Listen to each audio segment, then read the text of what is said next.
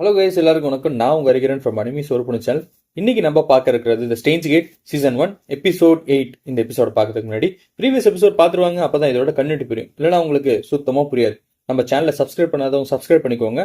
உங்க வேல்யூபிள் கமெண்ட்ஸை கமெண்ட் செக்ஷன்ல தட்டி விடுங்க. வாங்க வீடியோக்குள்ள போலாம்.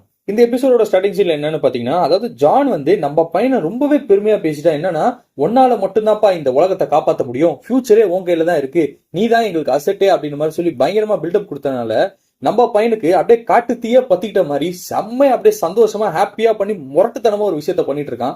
இதெல்லாம் பார்த்தோன்னே நம்ம டாரும் பயப்படுறான், கிறிசுவும் பயப்படுறான். டேய் என்னடா பண்ற, உன்னெல்லாம் பார்த்தாலே பயமா இருக்குடா, அங்க என்னதான்டா சொன்னா அந்த ஆளு அப்படின்னு மாதிரி சொல்றதை கேட்டுட்டு இருக்காங்க. அப்போ கிறிசுக்கு ஒரு டவுட் இருக்கு. அதே இதை திருப்பியும் கேட்கறா. என்னன்னா, நீ இந்த டைம்ல மாத்தணுன்றதுக்காக அந்த லாட்டரி டிக்கெட்டை நீ அனுப்புனியா அப்படின்னு மாதிரி சொல்லி கேட்கறப்போ நம்ம பையன் எல்லா விஷயத்தையுமே எக்ஸ்பிளைன் பண்றான். ஆமா, இதுக்கு முன்னாடி நம்ம அட்டெம்ப்ட் பண்ணோம், அந்த அட்டெம்ப்ட் வந்து சரியா ப்ராசஸ் ஆகல, சோ அதனால இந்த மாதிரி ஒரு விஷயத்தெல்லாம் நான் பண்ணேன் அப்படின்னு மாதிரி சொல்றப்போ இவங்க எல்லாம் அப்படியே அல்டிமேட்டா பயங்கரமா ஷாக் ஆகுறாங்க. இருந்தாலும் கிறிஸுக்கு இன்னொரு டவுட் வருது. இது எல்லாருமே நாங்க மறந்துட்டோம், ஆனா உனக்கு மட்டும் இது எல்லாமே எப்படி ஞாபகம் இருக்கு அப்படின்னு மாதிரி சொல்லி ஒரு விஷயத்த கேட்க. அது ஏன்னா நான் ஒரு எக்ஸப்ஷனல் பர்சனு, உலகத்திலே 1% பீப்புள் மட்டும்தான் இந்த மாதிரி இருப்பாங்க. இன்கேஸ் டைம் லைனே சுவிட்ச் ஆனாலும் எங்களுக்கு வந்து பார்த்தா பாஸ்ட் நடந்த ஈவெண்ட்ஸ் எல்லாமே ஞாபகம் இருக்கும், மற்றவங்க எல்லாருக்குமே அப்படியே ரீரைட் ஆயிடும் அப்படின்னு மாதிரி ஒரு விஷயத்தை எக்ஸ்பிளைன் பண்ணிட்டு இருக்கான். இது எல்லாத்தையுமே சொல்றப்போ இவங்களுக்கும் ஓகே, சரி அப்படி கூட இருக்கலாம் போல இருக்கு, ஜானே சொல்றானே அப்படின்னு மாதிரி சொல்லி யோசிச்சுட்டு இவங்க வந்து அடுத்து எக்ஸ்பெரிமெண்ட் பண்ணலாம் அப்படின்னு மாதிரி சொல்லி ஒரு ப்ராசஸ் பண்றாங்க. இப்போ என்ன பிளான்னா, கொஞ்ச நாளைக்கு முன்னாடி பாத்தீங்கன்னா நம்ம பையன் கூட போய் பிசினஸ் விளையாடிருப்பான்ல ஃபேரஸ் கிட்ட. சோ அதே ஃபேரஸ் வந்து நம்ம பையன் டாருக்கு ரொம்ப பிடிக்கும்.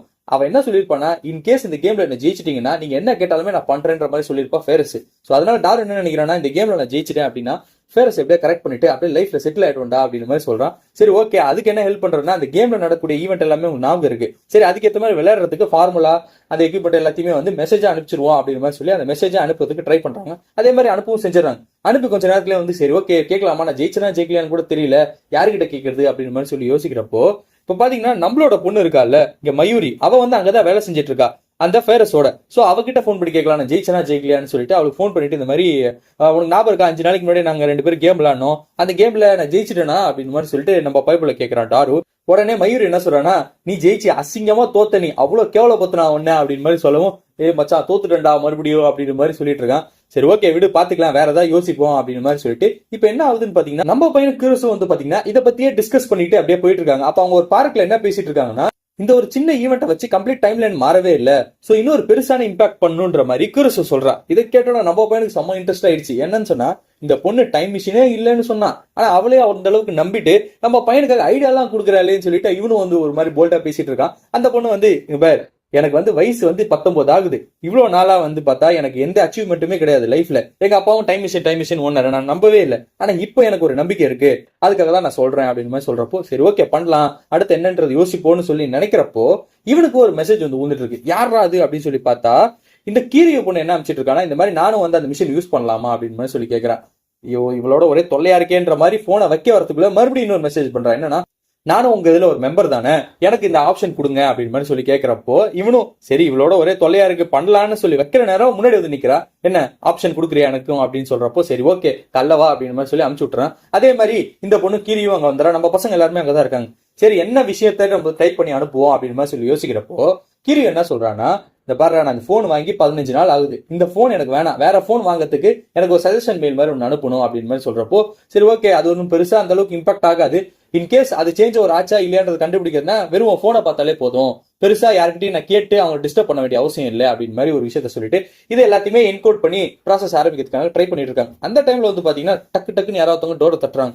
யாரா அதுன்னு சொல்லி பார்த்தா இந்த பூசாரியோட பொண்ணு இருக்குல்ல, சோ அந்த பொண்ணு உள்ள வர ஒரு பெரிய தர்பூசணியோட எடுத்துட்டு வந்து கொடுத்துட்டு, இந்த தர்பூசணி உங்களுக்கு தான் எல்லாரும் சாப்பிடுங்க அப்படின்னு மாதிரி சொல்றப்போ எதுக்கு இதெல்லாம் எடுத்து வந்துட்டு இருக்க அப்படின்ற மாதிரி சொல்லி நம்ம பையனை கேட்கறான். ஃப்ரெண்ட்ஸும் கேட்கறானுங்க. அவன் என்ன சொல்றான்னா, இல்லப்பா இந்த மாதிரி லாஸ்ட் டைம் நீங்க எனக்கு ஒரு வவுச்சர் கொடுத்தீங்க, அந்த வவுச்சர் மூலமா ஏதாவது கூப்பனை ஜெயிச்சு உங்களுக்கு ஏதாவது காசு வந்திருக்கும், என்னோட அஜாக்கிரதையால இந்த மாதிரி ஒரு விஷயம் நடந்துருச்சு, சோ அதுக்காக நான் உங்களுக்கு ஒரு வாட்டர் மெலன் எடுத்து வந்திருக்கேன் அப்படின்னு மாதிரி சொல்றப்போ இவங்க எல்லாமே ரொம்ப பெருமையா நினைக்கிறாங்க, நல்லா வளர்த்துருக்காங்க அவங்க அம்மா அப்பாவில அப்படின்னு மாதிரி சொல்லிட்டு இருக்கும் போது இந்த பொண்ணு கிளம்புறேன் அப்படின்னு மாதிரி சொல்றான். உடனே நம்ம பொண்ணு ஓடி போயிட்டு மயூரி, இங்க பாரு என்கிட்ட நிறைய ட்ரெஸ் இருக்கு, காஸ்பிளேக்கு ஏதாவது ட்ரை பண்ணலாம், நீ வரியா அப்படின்னு மாதிரி சொல்றப்போ இல்ல எனக்கு நிறைய வேலை இருக்கு வீட்டுல, நான் கிளம்புறேன் அப்படின்னு மாதிரி சொல்லிட்டு அங்கிருந்து கிளம்புறான் நம்மளோட அந்த பொண்ணு. சோ இப்ப என்ன ஆகுது, சரி ஓகே எக்ஸ்பெரிமெண்ட் பண்ணுவோம்னு சொல்லிட்டு எல்லா ப்ராசஸ் ஆரம்பிக்கிறாங்க. அதே மாதிரி அந்த பொண்ணு வந்து பாத்தீங்கன்னா மெசேஜ் வந்து அப்படியே போடுறா. போட்ட நேரம் என்ன ஆகுதுன்னா, நம்ம பையன் அகைன் ஸ்டக் ஆகுறான், ஒரு கம்ப்ளீட் பிளாங்கான ஒரு ஸ்டேட் ஆகுது. இப்ப இந்த டைம்ல ஏதோ மாறி இருக்காடா அப்படின்னு மாதிரி சொல்லி பார்த்தா நம்ம பையன் டாரும் குருசும் வந்து பேசிக்கிட்டே இருக்காங்க. இவனுக்கு ஒண்ணுமே புரியல. ஏதோ ஒரு தப்பு நடந்திருக்கீங்க, ஏதோ ஒரு மாற்றம் ஏற்பட்டிருக்குன்ற மாதிரி சுத்தி முத்தி பாக்குறான். பார்த்தா இங்க பாக்குறப்போ நம்மளோட மயூர் என்ன பண்ணிருக்கான், துணியெல்லாம் வச்சிட்டு இருக்கா. இவன் மட்டும் தான் இங்க இருக்கா. எங்க கீரியோ காணும் அப்படின்னு மாதிரி சொல்லிட்டு நம்ம பையனுல வீடு சுத்தமா தேடி பாக்குறான். ஆனா கீரியோவே காணும். எங்கடா போனா இந்த கீரியோ அப்படின்னு மாதிரி சொல்லிட்டு நம்ம பையனுக்கு ஒண்ணுமே புரியல. சரி நம்ம பசங்கிட்டையும் கேக்குறான், கீரியோ எங்க, ஆளைய காணுமே அப்படின்னு மாதிரி சொல்லி கேக்குறப்ப, கீரியோவா அப்படி யாருமே இல்லையே இங்க, நமக்கு யாருமே தெரியாதே அந்த மாதிரி அப்படின்னு மாதிரி சொல்றப்போ, கீரியோ தெரியாதா, ஒருவேளை அவளோட எக்ஸிஸ்டன்ஸே போயிடுச்சா, அவ இறந்து போயிட்டாளா அப்படின்னு மாதிரி சொல்லிட்டு நம்ம பைபிள் அப்படியே பயங்கரமா பதறான். அப்புறம் அந்த போன்ல வந்து மெசேஜ் ஏதாவது இருக்கா அப்படின்னு மாதிரி சொல்லி பாக்குறப்போ, ஆனா அவகிட்ட இருந்து வந்து ஒரு மெசேஜ் இருக்கு. அந்த மெசேஜ் பார்த்துட்டு அந்த மெசேஜுக்கு வந்து ரிப்ளை பண்றான். இந்த மாதிரி வந்து நீ எங்க இருக்க, எல்லாம் ஓகே தானே அப்படின்னு மாதிரி சொல்லிட்டு சாதாரணமா ஒரு மெசேஜ் பண்றான். அவளும் ரொம்ப இன்ட்ரோவர்ட்ல டக்குன்னு இவனுக்கு ரிப்ளை கொடுத்துறான். ஓகே நல்ல வேலை, அவ ஆக்சுவலி இங்க யார்கிட்டயுமே இன்ட்ரடியூஸ் ஆகல ஆஸ் பர் திஸ் டைம்ல என்ன பொறுத்த வரைக்கும். ஆனா உயிரோட தான் இருக்கான்னு சொல்லிட்டு நம்ம பையனுக்கும் ஓரளவுக்கு திருப்தியா இருக்கு. ஆனா இங்க ஒரு ட்விஸ்ட் ஓவர் என்ன ஆச்சுன்னு பாத்தீங்கன்னா, இங்க வாட்டர் மிலானே இந்த டைமுக்கு வந்திருக்கணும், ஆனா இது வரைக்கும் வரல. அந்த பூசாரியோட பொண்ணு வந்து வாட்டர் மிலானே கொடுக்கலையா அப்படின்னு மாதிரி சொல்லி கேட்கிறப்போ, டேய் என்னடா உனக்கு ஆச்சு, என்னென்னமோ பேசிட்டு இருக்கியா அப்படின்னு மாதிரி சொல்றப்போ நம்ம பைபிள மொத்தத்தையும் எக்ஸ்பிளைன் பண்றான். இதெல்லாம் நடந்துச்சுப்பா அப்படின்னு மாதிரி சொல்றப்போ எல்லாரும் செம ஷாக்கு. சரின்னு சொல்லிட்டு இந்த குரசுவும் நம்ம பையனை மேல போயிட்டு மாடியில பேசிட்டு இருக்காங்க. அப்படி பேசுறப்போ குரசுக்கு வந்து ஒரு சரியான டவுட் வருது. டே நீ நிஜமா தான் சொல்றியா இல்லைங்களா ஏமாத்துறியா அப்படின்னு மாதிரி சொல்லிட்டு அவர் டவுட் கேட்கறான். ஏன்டி இப்படி பேசுற, நான் நிஜமா தான் சொல்றேன் அப்படின்னு மாதிரி சொல்லிட்டு நம்ம பையனை சொல்றான். அவள் பாதி நம்பி பாதி நம்பாத மாதிரி தான் இருக்கா. அந்த டைம்ல வந்து பாத்தீங்கன்னா மயூரியும் வந்துடுறா. மயூரி வந்துட்டு நம்ம கிளம்பலாமான்னு சொல்லிட்டு குருசுவை கூட்டு போயிடுறா. நம்ம பையனுக்கு இப்போ ஒரு தாட் வந்துருச்சு. என்னன்னு பார்த்தா, ரியலாவே இந்த மாதிரி விஷயம் எல்லாம் நடக்குதா இல்ல எனக்கு தான் சப்கான்சியஸா எனக்கு அப்படியே தோணிட்டு இருக்கா அப்படின்னு மாதிரி சொல்லிட்டு அவனே யோசிச்சுட்டு இருக்கான். அவனே ஒரு டிப்ரெஸ்ட் ஸ்டேட், ஏதோ என்ன நடக்குதுன்னு தெரியாம ஒரு கன்ஃபியூஷன் ஸ்டேட்ல தான் இருக்காங்க. ஒரு கன்ஃபியூஸ்ட் ஸ்டேட்ல தான் நம்ம பையில இருக்கா. இப்ப என்ன நடக்குதுன்னு பாத்தீங்கன்னா, நம்மளோட பொண்ணு மயூரி கிருசு வந்து அப்படியே பேசிட்டே போயிட்டு இருக்காங்க அவங்களோட வீட்டுக்கு. அந்த டைம்ல நம்மளோட மயூரிக்கு ஒரு கால் வருது. யாருக்கிட்ட இருந்து பாத்தீங்கன்னா, இந்த பூசாரியோட பொண்ணு கிட்ட இருந்து. அவன் என்ன சொல்றான்னா, இந்த மாதிரி நான் உங்ககிட்ட வந்து மீட் பண்றேன், நீ ஏதோ சொல்லி இந்த காஸ்பிளே பண்ணலான்ட்டு நான் பண்றேன் அப்படின்ற மாதிரி விஷயத்த சொல்றான். ஓ ஓகே ஓகே அப்புறம் கிளம்பி வா பாத்துக்கலாம் அப்படின்னு மாதிரி சொல்லிட்டு உடனே அவளும் வந்துடுறா. இப்ப என்ன நடக்குதுன்னு பாத்தீங்கன்னா, இங்க காஸ்பிளே ஈவென்ட் நடத்த போறோம் அப்படின்னு மாதிரி சொல்லிட்டு மயூரி சொல்லிட்டு இருக்கா. இது ஆபீஸுமா, இங்க வந்துட்டு காஸ்பிளேன்னு சொல்லிட்டு இருக்காது, லேப்ல ஏதோ பிரச்சனை ஆயிடும் அப்படின்னு மாதிரி சொல்றப்போ, உங்களுக்கு எல்லாம் பொறாமடா, இது எப்படி கொண்டு வரேன்னு பாரு இவனை அப்படின்னு மாதிரி சொல்றான். இவனை நான் ஒரு அழகான பொண்ணா கொண்டு வரேன் பாரு அப்படின்னு மாதிரி சொல்லி உள்ள போய் ட்ரெஸ் சேஞ்ச் பண்ண போயிட்டு இருக்கா. அப்போ நம்ம பசங்க யோசிக்கிறாங்க என்னன்னா, பையனை என்ன நீ ட்ரெஸ்ஸை மாத்தி அப்படியே பெருசா அட்ராக்டிவா மாத்திர முடியும், பொண்ணுன்னா கூட பரவாயில்ல அப்படின்னு மாதிரி சொல்லிட்டு நம்ம பசங்க யோசிச்சுட்டு இருக்காங்க. மயூர் என்ன பண்றாரு, ட்ரெஸ் எல்லாம் மாத்திட்டு அந்த பையனை அப்படியே வெளில கொண்டு வரான். யாருன்னு பாத்தீங்கன்னா, ஆக்சுவலா இவ்வளவு நாள் நம்ம என்ன நினைச்சிருந்தோம்னா, பூசாரியோட பொண்ணு நினைச்சிட்டு இருந்தோம். அந்த கான்செப்டும் இதுல வரக்கூடிய சப்ஜெக்ட் வைஸும் என்னன்னா, அது வந்து பூசாரியோட பொண்ணு அப்படின்ற மாதிரி தான் போயிட்டு இருந்துச்சு. எல்லாருமே அப்படிதான் யோசிச்சிருந்தான், இந்த பொண்ணா இருந்தா எப்படி அப்படின்ற மாதிரி தான் ப்ராசஸ் போயிட்டு இருக்கும். ஆனா ஒரு பயங்கரமான ட்விஸ்ட் ஆத்தர் வச்சிருக்காரு. என்னன்னு பார்த்தா, அது பொண்ணே கிடையாது, அது பையன் தான். அது ஆக்சுவலா வந்து பார்த்தா பொண்ணு மாதிரி சின்ன சின்ன பிஹேவியர்ஸ் எல்லாம் பண்றதுனால எல்லாருமே அது ஒரு பொண்ணா இருக்கணும்னு தான் எல்லாருமே விரும்பி இருக்காங்க. அந்த சீக்வன்ஸ் தான் ஆயிட்டு இருக்கு. இந்த ட்ரெஸ்ல பார்த்தோன்னே நம்ம பசங்க எல்லாமே செம்ம ஷாக்கு. ஐயோ பொண்ணுக்கே டஃப் கொடுப்பா போல இருக்கே. நம்ம பைபிள போனை எடுத்து காலையில வச்சுட்டு கோட் ரேட் இங்கிருந்து காப்பாத்துங்க, என்ன வந்து யாரோ கண்ட்ரோல் பண்ண நினைக்கிறாங்க, என்னால முடியல அப்படின்ற மாதிரி விஷயத்த சொல்லிட்டு இருக்கான். இப்ப பாத்தீங்கன்னா கிருசும் உள்ள வந்துட்டா. கிருசு இவனை பார்த்தோன்னே இவ்வளவு அழகா ஒரு பொண்ணு இருக்க முடியுமா, அந்த அளவுக்கு அவளும் யோசிக்க ஆரம்பிக்கிறா. இந்த டைம்ல நம்ம பொண்ணு என்ன பண்றா, மயூரி சரிவா அடுத்த ட்ரெஸ் போய் போட்டு பார்த்தலாம்டா அப்படின்னு சொல்லி கூட்டு போறப்போ, இவன் என்ன சொல்றானா, இல்ல நான் இந்த மாதிரி ட்ரெஸ் எல்லாம் போறதுக்கு வரல, நான் வந்ததே உங்ககிட்ட ஹெல்ப் கேட்கறதுக்காக தான் அப்படின்னு மாதிரி விஷயத்த சொல்றப்போ, ஹெல்ப்பா என்ன ஹெல்ப் அப்படின்னு மாதிரி சொல்லி கேட்டுட்டு இருக்கிறப்போ, இந்த பூசாரியோட பையன் எல்லா விஷயத்தையுமே எக்ஸ்பிளைன் பண்ணிட்டு இருக்கான். என்ன நடந்துச்சுன்னா, நம்ம பையன் வந்து இந்த டைம்ல மாத்தினோன்னு இந்த வாட்டர் மெலன் எல்லாம் வரவே இல்லை இங்க சீக்வன்ஸ். அது இல்லாம அந்த கீரியோ பொண்ணு வந்து எங்க இருக்கா, நான் இந்த டைம்ல எல்லாம் மாத்தின இந்த சீக்வன்ஸ் எல்லாம் எல்லாத்தையுமே நம்ம பூசாரியோட பையன் வந்து வெளியில இருந்து எல்லாத்தையுமே கேட்டுட்டு இருந்திருப்பான். அவன் ஆக்சுவலா வாட்டர் மேன் எடுத்து வந்தான். ஆனா உள்ள வரத்துக்குள்ள இந்த ஈவெண்ட் எல்லாமே நடந்துச்சு. அவனு இந்த விஷயத்தெல்லாம் கேட்டோன்னே அவன் இன்னைக்கு வந்து இவங்க கிட்ட வந்து ஒரு ஹெல்ப் கேட்கலான்ற மாதிரி சொல்லி தான் வந்திருக்கான். என்ன ஹெல்ப் அப்படின்ற மாதிரி சொல்லி நம்ம பசங்களும் கேட்கறாங்க. அப்ப அவன் என்ன சொல்றான்னா, அதாவது எனக்கு வந்து பையனா இருக்க இஷ்டமே கிடையாது, நான் ஒரு பொண்ணா இருக்கணும் தான் ஆசைப்படுறேன் அப்படின்னு மாதிரி சொல்றப்போ, அதுக்கு நீ எங்கேயா போய் ஆபரேஷன் பண்றா, இதெல்லாம் எதுவும் பண்ண முடியாதுடா அப்படின்னு மாதிரி சொல்லிட்டு இருக்கானுங்க. ஆக்சுவலா என்னன்னா, இவங்க கிட்ட ஒரு மெத்தடாலஜி இருக்கு. என்னன்னு பார்த்தா, ஒரு பிரெக்னென்ட் லேடி அதிகமா மாமிசத்தை கன்சியூம் பண்ணாங்கன்னா அவங்களுக்கு பிறக்கக்கூடிய குழந்தை வந்து பாத்தீங்கன்னா பையனா தான் இருக்கும். அதுவே பிரெக்னென்ட் லேடி நிறைய வந்து வெஜிடபிள்ஸ் ஃப்ரெஷ் ஃப்ரூட்ஸ் எல்லாம் சாப்பிட்டுட்டே இருந்தா அவங்களுக்கு பிறக்கக்கூடிய குழந்தை வந்து பாத்தீங்கன்னா ஒரு பொம்பளை குழந்தையா தான் இருக்கும் அப்படின்னு மாதிரி ஒரு விஷயத்த சொல்றேன். சோ அப்ப நீ என்ன சொல்ல வர, உங்க அம்மா கிட்ட போய் வெஜ்ஜா சாப்பிட சொல்றியா அப்படின்னு மாதிரி சொல்றப்போ, ஆமா அவங்க கிட்ட தான் சொல்லணும் அப்படின்னு மாதிரி சொல்றப்போ நம்ம பைபிள யோசிக்கிறான். சரி ஓகே அப்படி சொல்லணும்னா கூட நம்ம போன் மூலமா தான் சொல்ல முடியும். உன் வயசு என்ன ஆகுது, 17, ஒரு 1993ல பிறந்திருக்கு. சோ இப்ப அந்த டைம்ல போன் இருக்கா இல்லையான்றத நம்ம செக் பண்ணோம் அப்படின்னு மாதிரி சொல்றப்போ டார் எல்லாத்தையும் செக் பண்றான். அப்படி பார்த்தா போன் இன்ட்ரோடியூஸ் ஆனதே வந்து பார்த்தா 1996க்கு அப்புறமா தான். சோ அதுக்கப்புறம் மெசேஜ் எல்லாம் பார்த்தா அடுத்த ஒரு 5-6 வருஷம் அப்புறம் தான் ஆச்சு. சோ அந்த மாதிரி சொல்லி இவங்களுக்குள்ள டிஸ்கஷன் போயிட்டு இருக்கு. அப்புறம் எப்படி அனுப்புறது, அப்ப எதுவுமே அனுப்பவே முடியாதான்னு சொல்லிட்டு நம்ம பூசாரியோட பையனும் செம்மையா ஃபீல் பண்ணிட்டு இருக்கான்.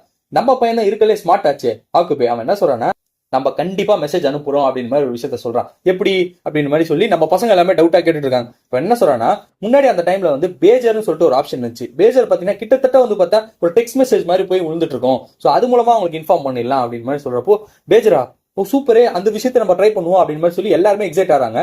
அந்த டைம்ல நம்ம பையன் என்ன சொல்றான்னா, நீ போயிட்டு ஃபர்ஸ்ட் உங்க அம்மா கிட்ட கேளு, உங்க அம்மா பேஜர் யூஸ் பண்ணாங்களான்னு சொல்லிட்டு, அப்படி யூஸ் பண்ணாங்கன்னா அவங்க கிட்ட தேவைப்படக்கூடிய டீடைல்ஸ் எல்லாத்தையும் வாங்கிட்டு வந்துரு அப்படின்னு மாதிரி சொல்லிட்டு நம்ம பூசாரியோட பையன் அனுப்பிச்சு விட்றான். அவனும் கடற்கடன் ஓடி போயிட்டு அடுத்த நாள் எல்லா டீடைல்ஸும் எடுத்து வந்துட்டான். என்ன சொல்றான்னா, இந்த மாதிரி இதுதான் பேஜரோட நம்பரு, எங்க அம்மா வச்சிருந்தாங்க, ஸோ இந்த கண்டென்ட் அனுப்புனா எங்க அம்மாவுக்கு புரிஞ்சிடும் அப்படின்னு மாதிரி சொல்றப்போ, பரவாயில்லையே எல்லாமே ப்ரிப்பேர்டா தான் வந்திருக்கான் அவன் அப்படின்னு மாதிரி சொல்லிட்டு எல்லா டாக்குமெண்ட்டையும் இவங்க வந்து டைப் பண்ணி அனுப்ப நினைக்கிறாங்க. ஆக்சுவலா பேஜருக்கு அனுப்பணும்னா ஒரு நம்பர் சீக்வன்ஸ்ல தான் அனுப்பணும். அதே மாதிரி இவங்களும் என்ன பண்றாங்க, நம்பர் சீக்வன்ஸ்ல வச்சுட்டு இந்த மெசேஜ் வந்து அப்படியே தட்டி விடுறாங்க. இது வந்து சரியான எக்ஸ்பெரிமெண்ட். அதாவது ஒரு குழந்தை வந்து பூமியில பிறந்தா அது இயற்கையோட முடிவுல தான் அது ஆம்பளையா பொம்பளையான்றது தெரியும். ஸோ அப்படி பாக்குறப்போ இது இயற்கையா மாத்த போறோம்டா அப்படின்ற மாதிரி சொல்லிட்டு நம்ம பசங்க எல்லாமே பயங்கர எக்ஸைட்டா இருக்கானுங்க.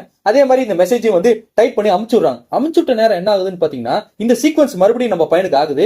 அவனுக்கு எல்லா இடமும் பிளாங்க் ஆகுது. அப்படி பாக்குறப்போ இந்த சேரை பிடிச்சிட்டு இருந்தா அந்த சேருக்கு முன்னாடி டாரும் இல்ல, பக்கத்துல பிறசும் இல்ல.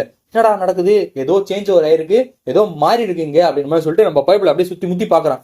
அப்படி பாக்குறப்போ பாத்தீங்கன்னா இங்க டாரும் இருக்கான், கிறிஸும் இருக்கா, அப்புறம் வந்து பாத்தீங்கன்னா நம்ம மயூரி இருக்கான், இந்த பூசாரியோட பையனை உட்காந்துட்டு இருக்கான்.